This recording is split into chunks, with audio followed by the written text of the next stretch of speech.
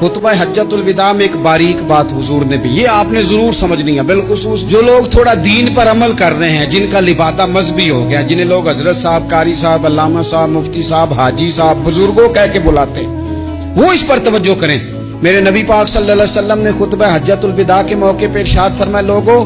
शैतान अब मायूस हो गया है, वो तुमसे बुतों की पूजा नहीं करा सकेगा, हाँ वो तुम्हें छोटे छोटे गुनाहों में मुब्तला करेगा,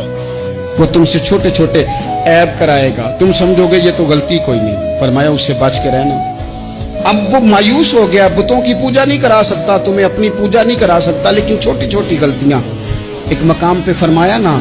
हमारे सूफिया फरमाते हैं छोटा गुनाह होना तो मोमिन उसे पहाड़ समझता है, इतना बड़ा हो गया, और मुनाफिक कहता है ये तो कुछ भी नहीं। तो अपनी जिंदगी के अंदर छोटी छोटी कोताहियां, हजरत सादी फरमाया करते थे, सैलाब अचानक नहीं आते,